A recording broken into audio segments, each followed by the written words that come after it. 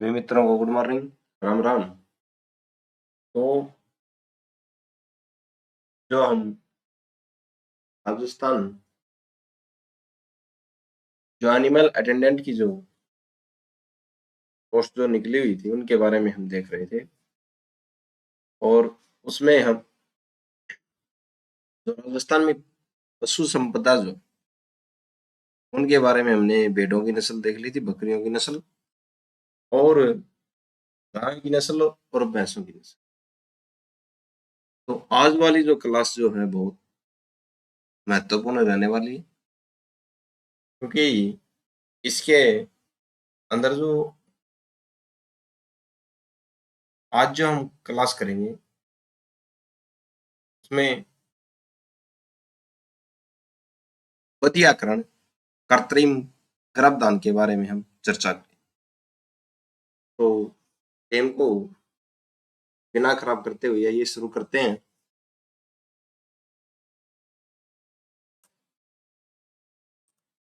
आइए, बधियाकरण।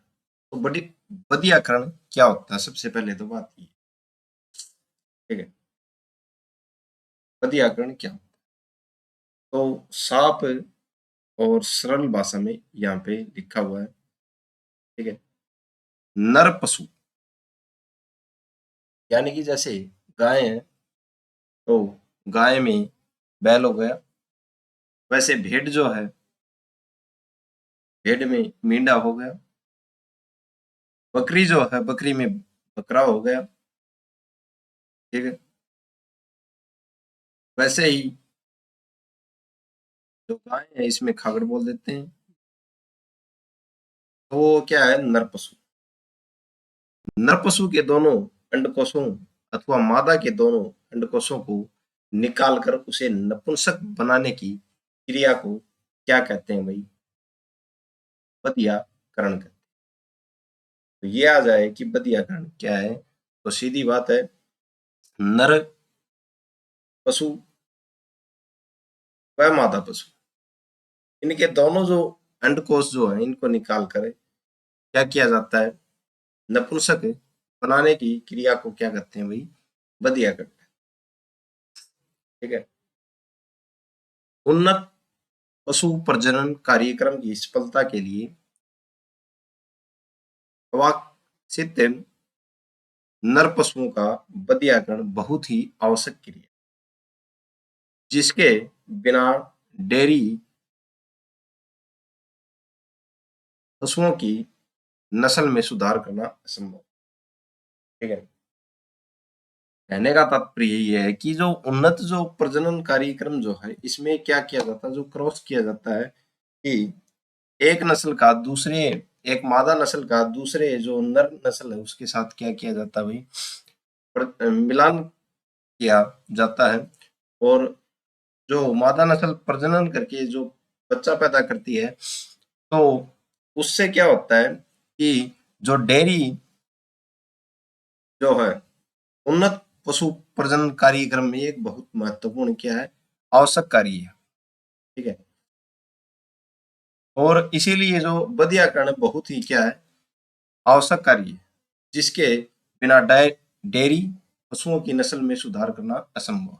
अगर बधियाकरण नहीं होगा तो क्या है भाई, डेयरी पशुओं की नस्ल में सुधार नहीं होगा। बधियाकरण से कुछ हार्मोनों जैसे ये हार्मोन दिए हुए हैं, कौन कौन सा है, टेस्टोस्टेरोन,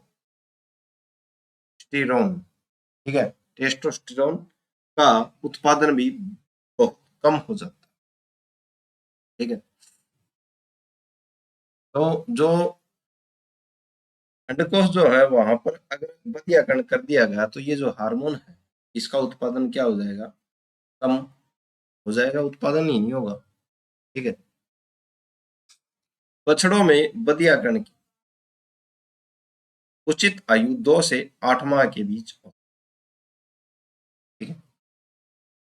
तो बच्चों जो बछड़े जो होते हैं गाय के हुए या भैंस के हुए या और भी जो पशु जो है उनके जो बच्चे होते हैं उनमें, यानी कि बछड़ों की बात हो रही है यहाँ पे, बछड़ों में बधियाकरण की उचित आयु कितनी होती है भाई, 2 से 8 माह के बीच में होती है।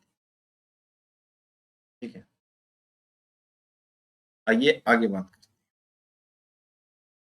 पशुओं में बदिया करने का समय। ठीक है, कि गोवंश यानी कि गाय जो है, तो गोवंश यानी कि जो गाय का वंश। ठीक है, यानी कि गाय का बछड़ा, इसमें जो है उपयुक्त आयु 1 वर्ष होती है किसकी, बदिया करने। ठीक है, और भैंस जो है, भैंस वंश यानी कि जो भैंस का जो, यानी कि जिसको बोलते हैं पड्डा। ठीक है, तो इसमें भी क्या है, उपयुक्त आयु कितनी है भाई, 1 वर्ष। ठीक है, 1 वर्ष का होने के बाद इसको क्या कर दिया जाता है भाई, बदिया कर दिया जाता है, अगर करना हो तो। भेड़ जो है इसका कितना है, भेड़ का जो बच्चा होता है उसका कितना भाई, 28 दिन। ठीक है, और बकरी का जो बच्चा बच्चा होता है वो क्या, 30 दिन। और सुअर जो है, सुअर का जो बच्चा जो है, जो नर सुअर है, इसको बदिया करना जो होता है वो होता है 7 से 9 माह में। ठीक है, तो ये है इसके कुछ महत्वपूर्ण बिंदु बदिया। ठीक है, बदियाकरण की परिभाषा हमने देख ली। ठीक है, क्या है, नर नर पशु या मादा पशु के दोनों अंडकोशों को निकालकर उसे नपुंसक बनाने की क्रिया को बदियाकरण। ठीक है, यानी कि नपुंसक बनाना, कि वो बच्चा पैदा न कर सके। ठीक है, आगे देखते हैं बदियाकरण के लाभ। अब लाभ क्या क्या है बदियाकरण के, कि किसी मादा या नर को, मादा पशु या नर पशु को नपुंसक बनाना, इसके लाभ क्या है उसके बारे में हम, तो निम्न स्तर के पशुओं के वंश को आगे बढ़ाने से रोका जा सकता है। ठीक है, जो निम्न जो स्तर के जो पशुओं के जो वंश को आगे बढ़ाने से रोका जा सकता है। अब उनके जो मादा है या नर, उनको बदियाकरण कर दिया तो वो प्रजनन ही नहीं करेंगे। ठीक है, एक जो ज्यादा जनसंख्या में क्या हो रहा है भाई, ज्यादा जनसंख्या में जो है कोई नस्ल फैल रही है, तो उसकी जो मादा या नर जो है उनको क्या कर दो, बदियाकरण कर दो, यानी कि उनको नपुंसक बना दो, तो उनमें क्या आ जाएगी, गिरावट आ जाएगी, संख्या कम हो जाएगी। बदिया किए गए पशुओं को आसानी से नियंत्रित किया जा सकता है। ठीक है, ये महत्वपूर्ण बिंदु है। कई बार हमने देखा होगा कि झोटा बग्गी होती है या बैल बग्गी होती है, तो वो जो पशु जो होते हैं, जो बग्गी में जो लगाए जाते हैं, वो सभी के सभी बदिया किए हुए होते हैं। ठीक है, और उनको नाक में नकेल डाल दी जाती है, तो जो बदिया कर दिया जाता है उसी को किस में लगाया जाता है, उसमें उसी को किस में, बग्गी में लगाया जाता है। ठीक है, तो बदिया किए गए पशु को क्या आसानी से नियंत्रित किया जा सकता है। ठीक है, नर बकरों की बात हो रही है, नर बकरों की खास गंध से छुटकारा मिलता है। ठीक है, तो ये जो अगर बदिया कर दिया गया नर बकरा, तो उसको जो गंध जो आती है, ठीक है, उससे क्या होता है भाई, छुटकारा मिलता है।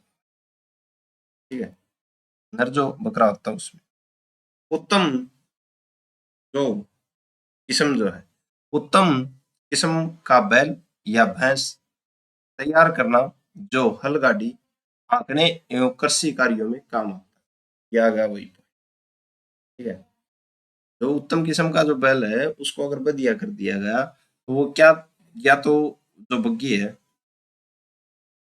हल गाड़ी में, या वो कृषि कार्य में भी काम करता भी अच्छे से। ठीक है, अगला पॉइंट, बदियाकरण से मांस के लिए उपयोग होने वाले पशुओं के मांस की गुणवत्ता बढ़ती है।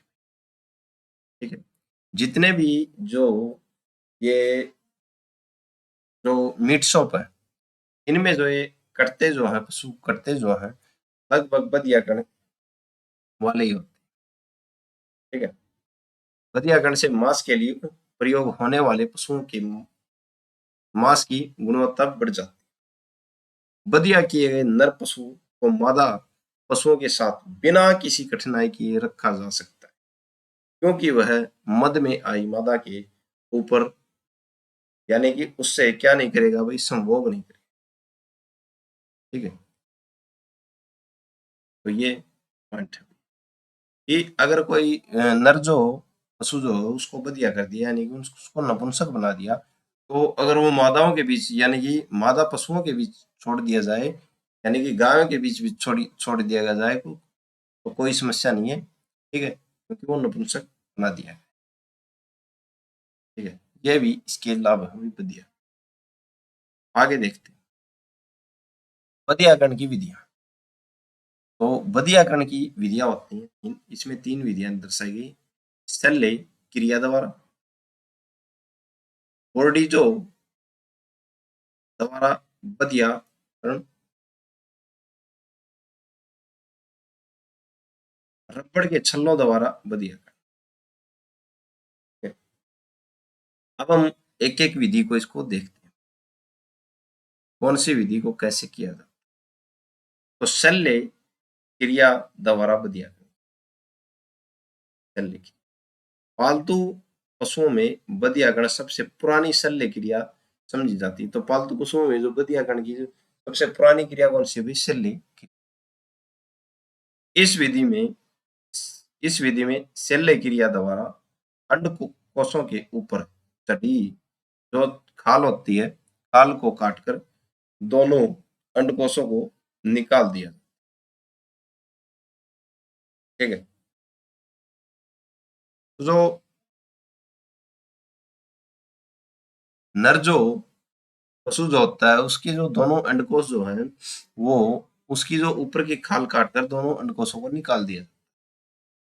इस क्रिया को बोलते हैं शल्य क्रिया बधिया। ठीक है, इस क्रिया में पशु के एक छोटा सा घाव हो जाता है जो कि एंटीसेप्टिक दवाइयों के प्रयोग से कुछ दिन के बाद ठीक हो जाता है। ठीक है, तो ये थी शल्य क्रिया द्वारा बधिया। आगे देखते हैं हम अगली विधि, बोर्डिजो। बोर्डिजो ऑस्ट्रेट द्वारा बधिया। यह विधि आजकल नर गोपशुओं व भैंसों में बधियाकरण के लिए सर्वाधिक प्रचलित है। ठीक है, तो ये जो औजार दिखाए हुए, ठीक है, आइए देखते हैं। इसमें एक विशेष प्रकार का यंत्र है, इस यंत्र का नाम है बोर्डीजो। ठीक है, यंत्र का नाम है और ये है वो यंत्र बोर्डीजो। पोस्ट्रेटर। ठीक है, तो ये यंत्र है भाई, प्रयोग किया जाता है भाई, इस यंत्र का प्रयोग किया जाता है इस विधि। ठीक है, इस विधि में रक्त बिल्कुल भी नहीं निकलता। ठीक है, क्योंकि इसमें चमड़ी को काटा नहीं जाता। तो कैसे किया जाता है इसमें?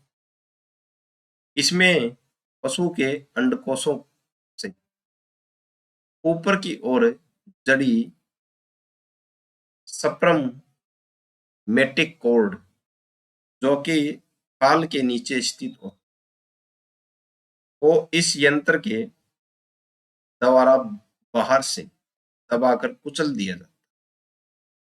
ठीक है, जिससे अंडकोशों में खून का दौरा बंद हो जाता है, फलस्वरूप अंडकोश स्वतः ही सूख जाता है। ठीक है, तो एक विधि ये है जो ये जो यंत्र जो है इसमें अंडकोशों को डाल के और ऊपर जो नसें जो आई हुई है उनको खींच दिया जाता है और वो खींचने के कारण जो खून का दौरा बंद हो जाता है और खून का दौरा बंद होने के कारण अंडकोश जो है वो समय ही क्या हो जाते हैं भाई, सूख जाते हैं। एक विधि ये है बढ़िया। अब तीसरी विधि पर हम बात करते हैं। तीसरी विधि कौन सी? तीसरी विधि ये है, रबड़ के छल्ले द्वारा बदिया करना। ठीक है, देखो ये कर रहे हैं। पश्चिमी देशों में प्रचलित यह विधि बहुत छोटी उम्र के बछड़ों में प्रयोग की जाती है। ठीक है, इसमें रबड़ का एक मजबूत व लचीला छल्ला अंडकोश के ऊपर ऊपरी भाग, ठीक है, ऊपरी भाग स्थित छप्पर मेथिक कॉर्ड के ऊपर चढ़ा दिया जाता। ये देखना रहे हैं, चढ़ा आने लग रहे हैं अंडकोश के ऊपर। ठीक है, जिसके दबाव से अंडकोशों में खून का दौरा बंद हो जाता है। इससे जो अंडकोश जो सूख जाते हैं। ठीक है, रबड़ का छल्ला, रबड़ का छल्ला अंडकोशों से निकलकर नीचे गिर जाता, नीचे गिर जाता। ठीक है, तो तीसरी विधि ये है। तो तीन प्रकार से जो पशु पशु नर पशुओं क्या बनाया जाता है, नपुंसक बनाया। ठीक है, तो ये था बदिया का। ठीक है, इसके परिभाषा भी देखी हमने, इसके लाभ भी देखे हमने, और कौन सा हार्मोन इसमें नष्ट होता है वो भी देखा। टेस्टोस्टेरोन हार्मोन है, ये प्रश्न बन सकता है। कौन सा, बदिया गण में कौन सा हार्मोन क्या होता है भाई, उत्पन्न होने की कमी होती है, कौन सा हार्मोन खत्म होता है बदिया गण होने के बाद, तो टेस्टोस्टेरोन हार्मोन जो है वो। तो आगे हम बात करते हैं इसमें कृत्रिम गर्भधारण, आइए उसके बारे में देखते हैं। कृत्रिम गर्भधारण, ये तीनों हमने विधियां देख ली। अब देखते हैं कृत्रिम गर्भधारण। कृत्रिम गर्भधारण का मतलब ये है कि बिना किसी नर की सहायता से मादा पशु को क्या करना भाई, गर्भवती करना। ठीक है, कृत्रिम विधि से नर पशु से वीर्य एकत्रित करके मादा पशु की प्रजनन नली में रखने की प्रक्रिया को कृत्रिम गर्भधारण। ठीक है, इसमें जो नर पशु है उसका वीर्य लिया जाएगा। ठीक है, न कि दोनों का जो मिलान करवाया जाए, न कि दोनों से संभोग करवाया। ठीक है, तो कृत्रिम विधि से नर जो पशु है, पशु से वीर्य एकत्रित करके मादा जो पशु की प्रजनन नली में रखने की प्रक्रिया को कृत्रिम गर्भधारण कहते हैं। आपके घर में अगर भैंस है या गाय है तो डॉक्टर को बुलाया होगा और उसको ऐसे बोलते हैं कि इसको टिक्का लगाओ। ठीक है, टिक्का कैसा कि गर्भ ठहर जाए। तो डॉक्टर जो है वो क्या करता है, उसके पास जो है जो नर पशु से लिया हुआ वीर्य होता है, इसको वो टिक्का बोलते हैं, इसको इंजेक्शन बोलते हैं। और वो जो टिक्का जो है वो मादा जो है उसके गर्भ की जो परख नली है उसमें रख देता है, प्रजनन नली। ठीक है, जिससे क्या होता है, जो नर का जो वीर्य जो है वो मादा का जो अंडकोश जो है नाड़ू से क्या करता है भाई, निषेचन करके और क्या करता है, बच्चा पैदा यानी कि भ्रूण तैयार करता है। ठीक है, इसको बोलते हैं कृत्रिम विधि, कृत्रिम गर्भ। भारतवर्ष में सन 1937 में पैलेस डेयरी फार्म मैसूर में कृत्रिम गर्भधारण का प्रथम प्रयोग किया गया। तो भारत की पूछ लेगी पहली बार कब प्रयोग किया गया था, तो ये पैलेस डेयरी फार्म मैसूर में कृत्रिम गर्भधारण का क्या किया गया था, प्रथम प्रयोग 1937 में किया। ठीक है? आज संपूर्ण भारत वर्ष तथा विश्व में पालतू पशुओं में कृत्रिम गर्भधारण की विधि अपनाई जा रही है। ठीक है, तो आज जो है लगभग जो बहुत से एरियो में पहले क्या होता था, जैसे गांव जो है, पूरे गांव का एक जो गाय जो है, गाय के लिए क्या होता था भाई, खागड़ बोलते थे उसको, बैल। ठीक है, पूरे गांव के लिए एक बैल होता। और वैसे ही भैंस के लिए क्या होता था, एक जोटा होता था पूरे गांव के लिए, जिसको बोलते थे भाई सरकारी जोटा और सरकारी खागड़। ठीक है, तो उनसे प्रजनन करवा के क्या, जो गाय और भैंस को क्या किया जाता था, गर्भवती किया। लेकिन आजकल वैसी विधि नहीं है, डॉक्टर को बुलाएं, डॉक्टर क्या करेगा, जो पशु जो है, गाय है या भैंस है, उसकी जो प्रजनन नली जो है उसमें क्या रखेगा भाई, वीर्य रखेगा नर, जो पशु है उसका, जिससे क्या हो जाएगी, मादा जो मादा जो है उसका अंडाणु उसके साथ क्या करेगा भाई, निषेचन करके पूर्ण बन जाएगा। ये है कृत्रिम गर्भधारण।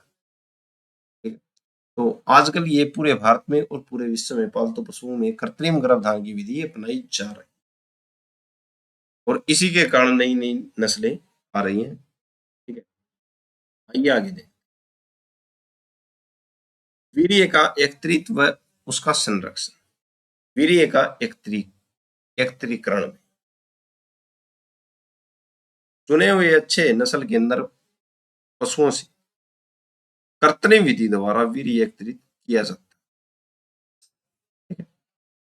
ऐसे बोल रहे हैं कि जो चुने हुए जो अच्छे जो नस्ल के जो नर पशु, जैसे घोड़े हो गए, घोड़ों में सबसे अच्छी नस्ल का घोड़ा हो गया, कोई वैसे गांव में जो बैल हो गया, कोई अच्छी नस्ल का, वैसे जैसे युवराज आया था, युवराज भी एक अच्छी नस्ल का क्या था, वो जोटा था।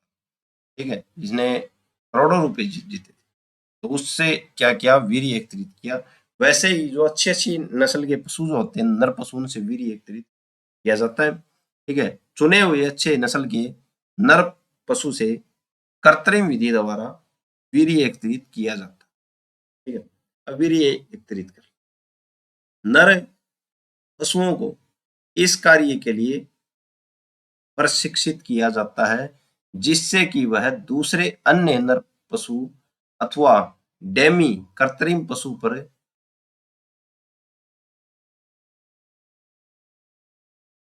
जो डेमी जो होती है, यानी कि ऐसी विधि बनाई जाती है कि जो जैसे डेमी जो जो कृत्रिम पशु बनाया जाता है एक, ठीक है, जो नर पशु जो है उसको कृत्रिम जो पशु जो है उसके पास ले जाएगा। ठीक है, यानी कृत्रिम पशु बना दिया तो उसके पास ले जाया जाता है। ठीक है, तो उसके पास ले जाया जाता है, तो ये जो पशु जो है, नर पशु जो असली नर पशु है, वो कृत्रिम जो पशु जो है मादा पशु को ऐसे मानेगा कि ये मादा पशु ही। ठीक है, और उससे वो क्या करेगा, संभोग करेगा, जिससे जो वीर्य जो है उसका क्या करेगा, वो उसजन करेगा, और उसजन करके वो क्या होगा भाई, जिसको क्या किया जाएगा, एकत्रित किया जाएगा। ये इसमें लिखा हुआ। ठीक है, इस एकत्रित किए गए वीर्य का स्थूल व सूक्ष्म प्रशिक्षण किया जाता है। स्थूल प्रशिक्षण में वीर्य के रंग, आयतन तथा गाढ़ापन का बारीकी के साथ परीक्षण किया जाता है। ठीक है, जो वीर्य जो है इसमें क्या किया जाता है, एक तो स्थूल व सूक्ष्म परीक्षण किया जाता है जब वीर्य एकत्रित हो जाता है। ठीक है, इसमें एक तो वीर्य का रंग देखा जाता है, एक आयतन और एक गाढ़ा, बारीकी के साथ क्या किया जाता है, इसका प्रशिक्षण। फिर सूक्ष्म जो प्रशिक्षण की बात हो, में वीर्य को सूक्ष्म दृष्टि के नीचे रखकर देखा जाता है। इसमें वीर्य में शुक्राणुओं की संख्या, उनकी गति, उनमें जीवित व मृतकों का अनुपात तथा उनमें किसी भी प्रकार की विकृतता का पता लगाया जाता है। ठीक है, तो सूक्ष्म जो परीक्षण जो होता है, यानी कि स्थूल परीक्षण में तो क्या देखा जाता है, रंग, आयतन और गाढ़ा। वैसे फिर सूक्ष्म परीक्षण किया जाता है वीर्य का, जो नर पशु से लिया गया, एकत्रित किया गया। उसमें एक तो देखे जाते हैं शुक्राणुओं की संख्या कितनी। ठीक है, फिर उनकी गति देखी जाती है, कितनी तेज गति है, ठीक है। उनमें जीवित कितने और मृत कितने हैं, इनका अनुपात देखा। उनमें किसी भी प्रकार की यानी कि कोई कमी तो नहीं, ये भी देखी जाती है। इसका भी क्या लगाया जाता है, पता। वीर्य के उपरोक्त प्रशिक्षण के बाद यानी कि प्रेक्षण के बाद, ठीक है, यानी कि पूरी जांच पड़ताल के बाद कुछ विशेष माध्यमों के द्वारा उसके आयतन में वृद्धि की जाती है और फिर इस वीर्य को भविष्य में किसी भी स्थान पर एवं समय पर प्रयोग के लिए संरक्षित कर लिया जाता है। तो इसको बोलते हैं वीर्य का एकत्रीकरण, ठीक है। यानी कि एकत्रीकरण का मतलब वीर्य को इकट्ठा करना। आगे देखते हैं वीर्य का संरक्षण कैसे किया जाता है, ठीक है।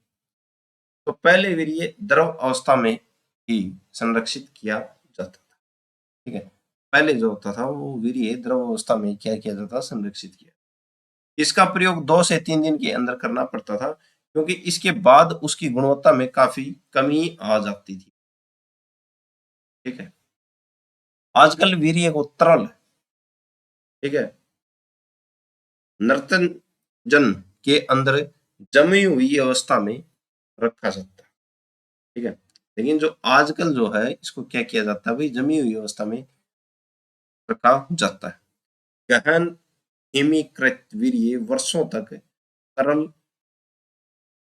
नर्तजन में गुणवत्ता में बिना किसी कमी के क्या रहता भी, बना रहता वैसा। पहले तो इसको 2-3 दिन में, 3-4 दिन में इस्तेमाल किया, लेकिन आज जो है इसको जो तरल नर्तजन के अंदर जमी हुई अवस्था में क्या रखा जाता है, जो कई दिनों तक क्या रहता है, इसकी कमी में, इसकी जो गुणवत्ता है उसमें कमी नहीं आती। हिमीकृत वीर्य को एक स्थान से दूसरे स्थान तक तरल नर्तंजन के अंदर आसानी से ले जाया जा सकता है, ठीक है। इस प्रकार एक देश से दूसरे देश को भी उन्नत श्रेणी के पशुओं का वीर्य सुविधापूर्वक भेजा जा सकता है। तो ये हो गया भाई संरक्षित। आगे बात करते हैं गहन हिमीकृत वीर्य द्वारा पशुओं के गर्भदान की विधि। आजकल संपूर्ण विश्व में ज्यादातर गहन हिमीकृत, हिमीकृत में तो बोल जमा हुआ वीर्य का ही प्रयोग होने लगा है। इसमें एक जो प्रशिक्षित जो व्यक्ति हिमकृत वीर्य को पुनः द्रव अवस्था में लाकर कृत्रिम गर्भदान घन की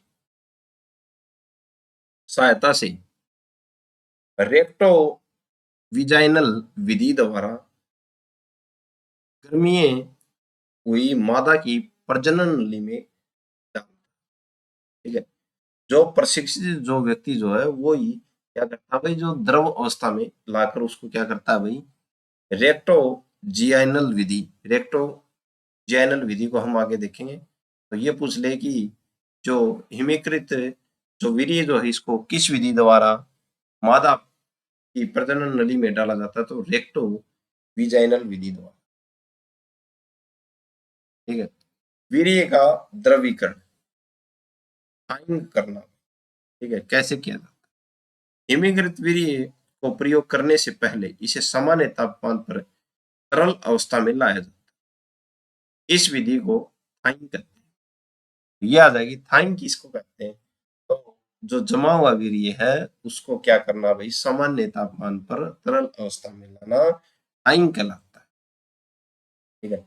इसमें एक बीकर में 37 डिग्री सेल्सियस तापमान पर पानी लिया जाता है, ठीक है। एक बीकर में पानी लिया 37 डिग्री तापमान पर, हिमीकृत वीर्य के तरण को तरल नर्तंजन से निकालकर बीकर में रखे पानी में कितने मिनट रखा जाता है, 15 से 30 सेकंड के बीच, ठीक है। तो ये पूछ ले कि 37 डिग्री सेल्सियस तापमान जो हो रहा है उस बीकर में जो हिमीकृत वीर्य को है कितनी सेकंड रखा जाता है, 15 से 30 सेकंड के लिए रखा जाता है। इसके बाद तरण को पानी से निकालकर उसे सुखा लिया जाता है। ठीक है, आगे देख।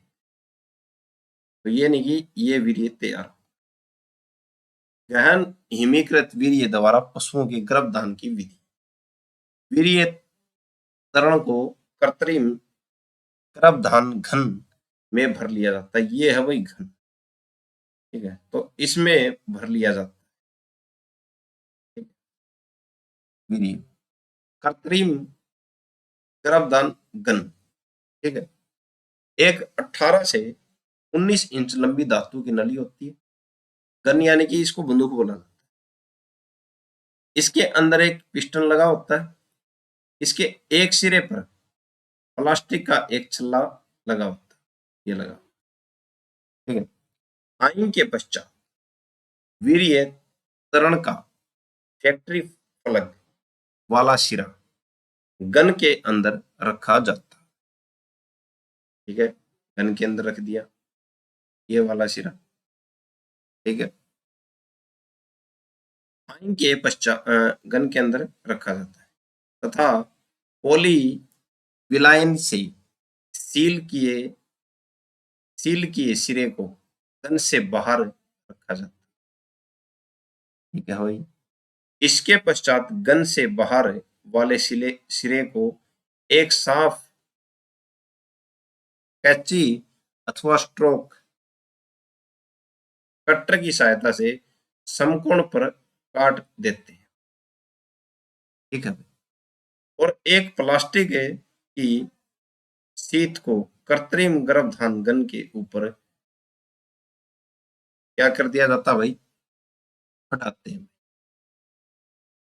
ठीक है, जिसे छल्ले के द्वारा अपने स्थान पर ठीक से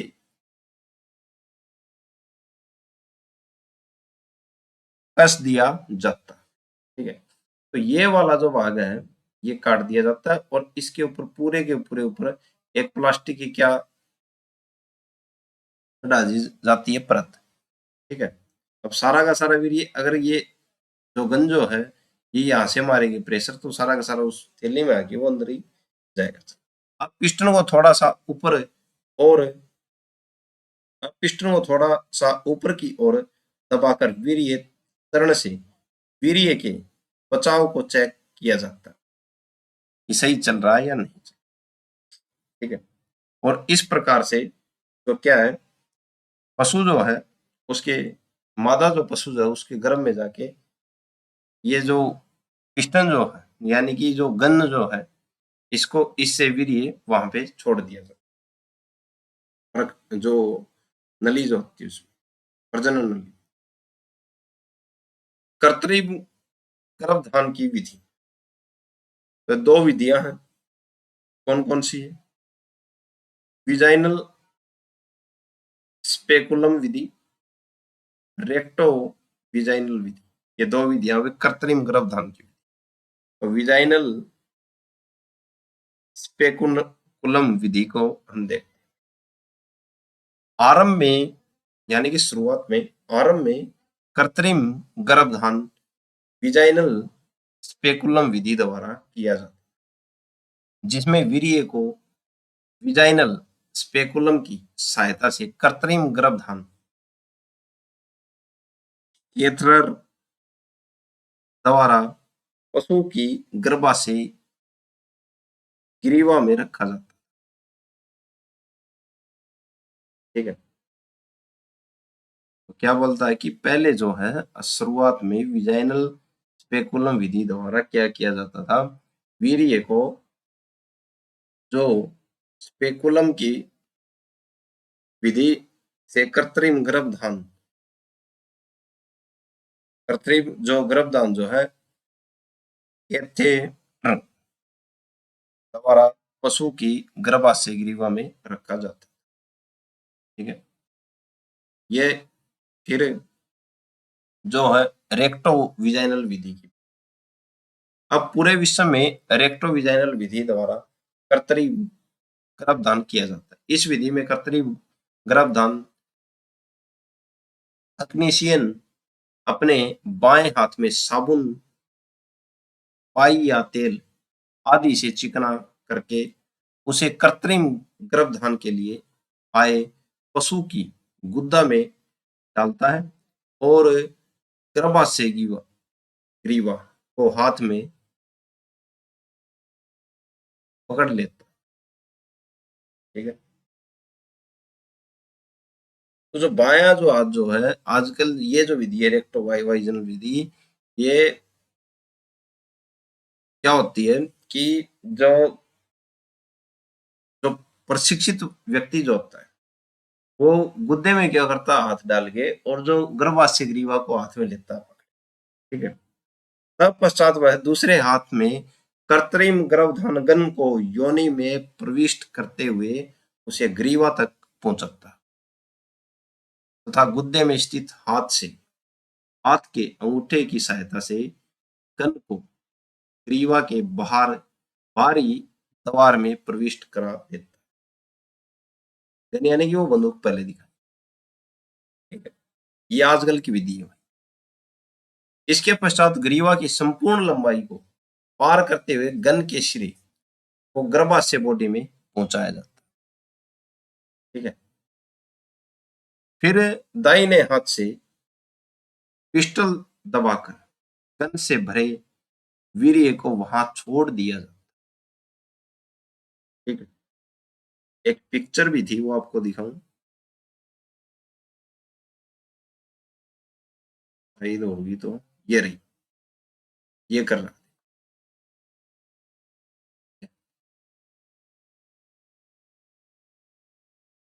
ये जो है डॉक्टर जो है, जो गन जो है यानी कि जो वो वीर्य है जिस गन में डाला हुआ है, उससे क्या कर रहा है, ये आपको दिख भी जाएगी, यहाँ तक ये पहुंचा रखी गर्भ तक। ठीक है। यहाँ तक पहुंचा रखी एक हाथ। ठीक है। आइए।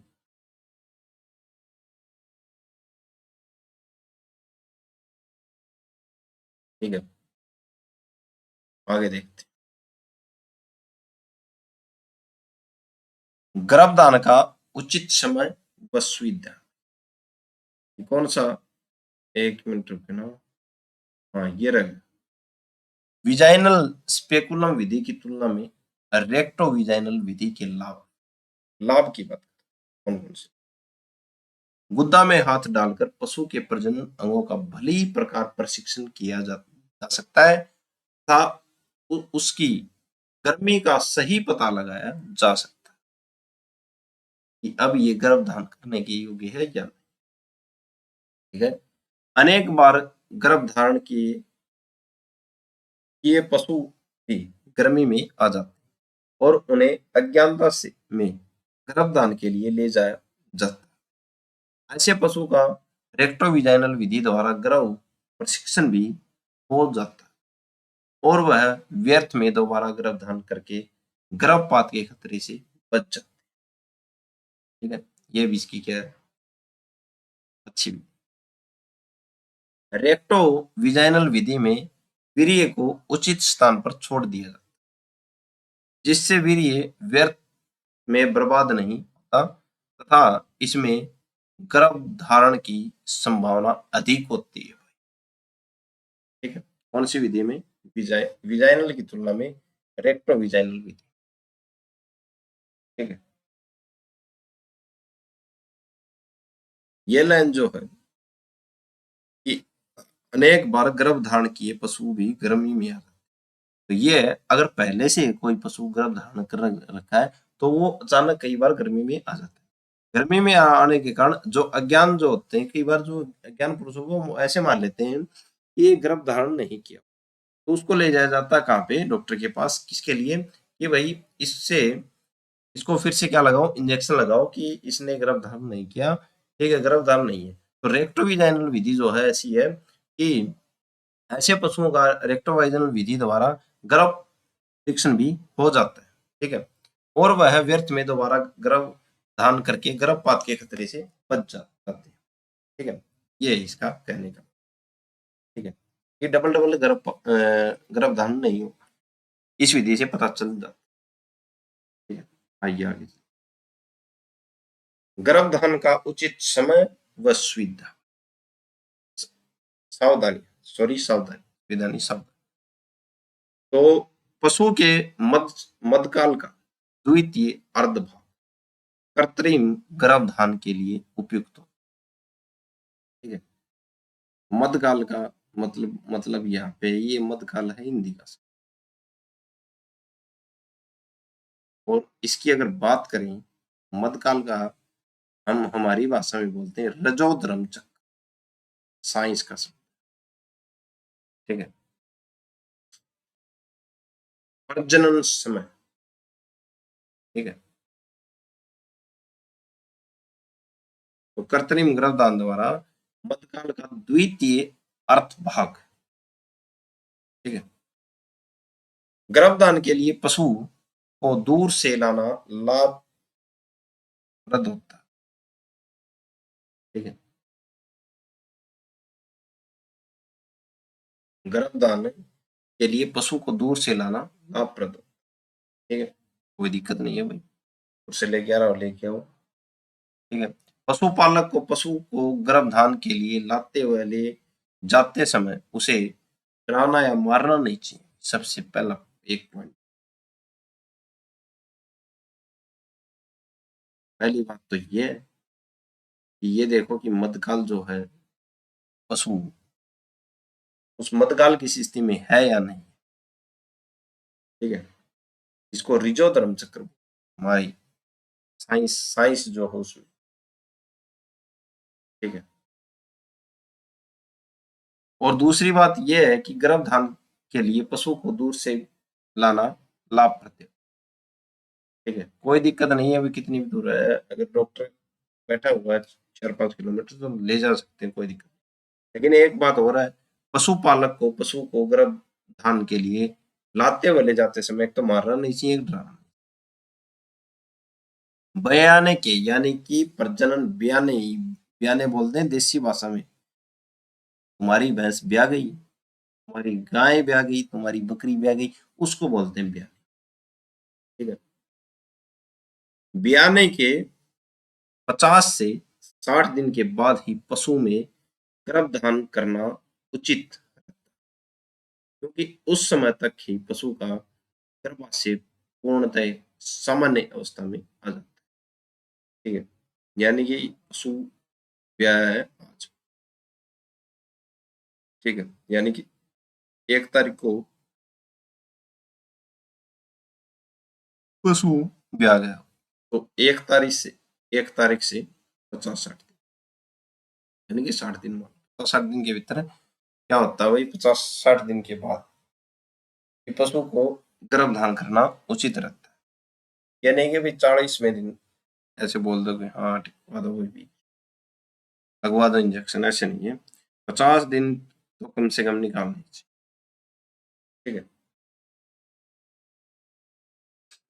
प्रवास के 2-3 माह के अंदर पशु को गर्भधारण कर लेना चाहिए, ताकि 12 महीने के बाद गाय तथा 14 महीने के बाद भैंस दोबारा बच्चा देने में सक्षम हो सके। ठीक है, क्योंकि यही सिद्धांत दुधारू पशुओं का।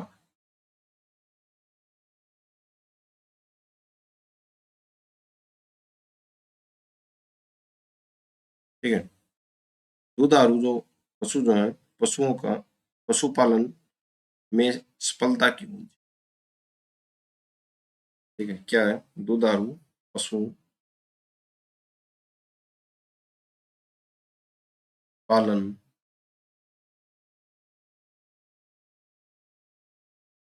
ठीक, तो प्रवास के 2-3 माह के अंदर पशु को गर्भधान कर लेना चाहिए। ठीक है, ताकि 12 महीने के बाद गाय तथा 14 महीने के बाद भैंस दोबारा बच्चा देने में सक्षम हो सके, क्योंकि यही सिद्धांत दुधारू पशु प्रजनन, दुधारू पशु पालन में सफलता की कुंजी।